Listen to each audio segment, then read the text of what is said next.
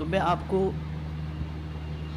ایک دو سنتیں بتا دیتا ہوں جو شاید اس سے پہلے، ایک سنت تو شاید اس سے پہلے آپ نے کبھی سنی ہو، لیکن ٹاپک سنت کا تھا تو سنت ہی سے متعلق تاکہ سلسلہ بدستور جاری رہے۔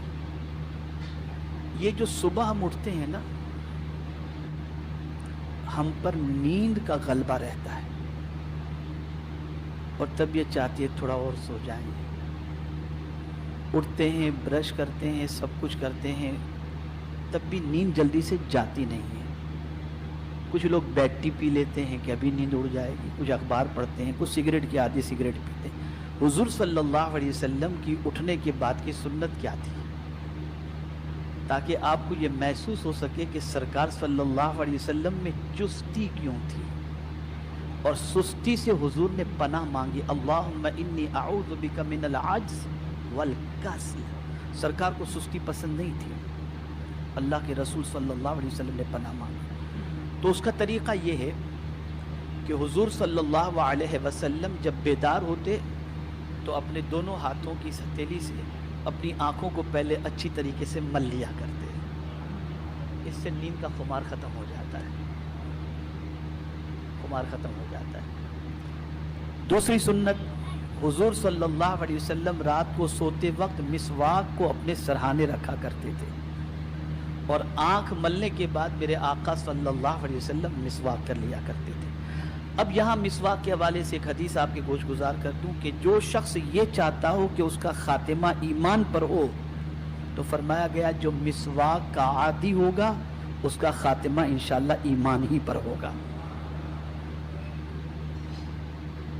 تو میرے پیارے آقا صلی اللہ تعالی علیہ وسلم کے پیارے دیوانوں، اب یہ سنت سن تو لی آپ نے۔ اگر میں اس وقت یہ سوال کروں کہ آپ میں سے کتنے لوگ ہیں جو حضور صلی اللہ علیہ وسلم کا ساتھ چاہتے ہیں، تو سرکار صلی اللہ علیہ وسلم نے اپنے ساتھ جنت میں رکھنے کے لیے قربان جائیے، یہ نہیں فرمایا، دنیا کی بات ہی نہیں کی۔ یہاں میں ایک فلسفہ آپ کو سمجھاتا ہوں، سنت کا فائدہ کہ جو سنت کا عامل ہوگا اس کا خاتمہ ایمان ہی پر ہوگا انشاءاللہ۔ اس کو ذہن میں رکھیں، اس لیے کہ حضور نے کیا فرمایا، من احب سنتی فقد احبنی ومن احبنی کان معی فی الجنہ۔ تو جنت میں مومن جائے گا یا غیر مومن؟ مومن ہی جائے گا نا، تو پتہ چلا جو سنت سے محبت کرے گا اس کا خاتمہ ایمان ہی پر ہوگا۔ جب خاتمہ ایمان پر ہوگا تو انشاءاللہ جنت میں اللہ کے رسول صلی اللہ تعالی علیہ وسلم کا ساتھ نصیب ہوگا۔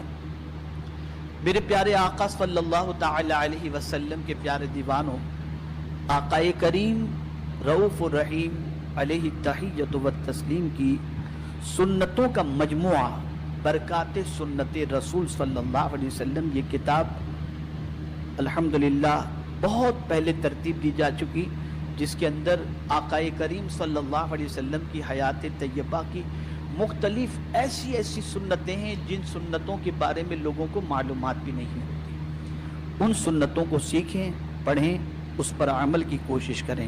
میں ایک آخری سنت عرض کر کے، چونکہ وقت ختم ہو چکا ہے، آخری سنت، سرکار صلی اللہ علیہ وسلم کی محبت کی علامت کیا ہے، سائن کیا ہے؟ علامہ اسماعیل حقی رحمت اللہ تعالی علیہ فرماتے ہیں کہ حضور صلی اللہ علیہ وسلم کی محبت کی علامت میں سے ایک علامت یہ ہے کہ جسے حضور سے محبت ہوتی ہے وہ قرآن کی تلاوت کرتا ہے۔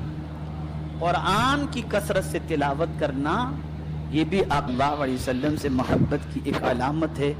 تو آج آپ 3 چیزیں سیکھیں، اور اس سے پہلے جو بہت ساری باتیں آپ نے سیکھی ہوں گی۔ 3 باتیں کون سی؟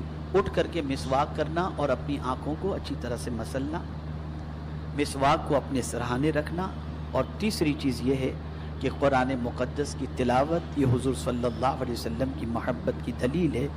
اللہ رب العزت جل جلالہ آقا کریم رؤوف الرحیم علیہ التحیۃ والتسلیم کے صدقہ و طفیل ہم سب کو مدینے کے تاجدار کی سنتوں پر عمل کی توفیق نصیب فرمائے۔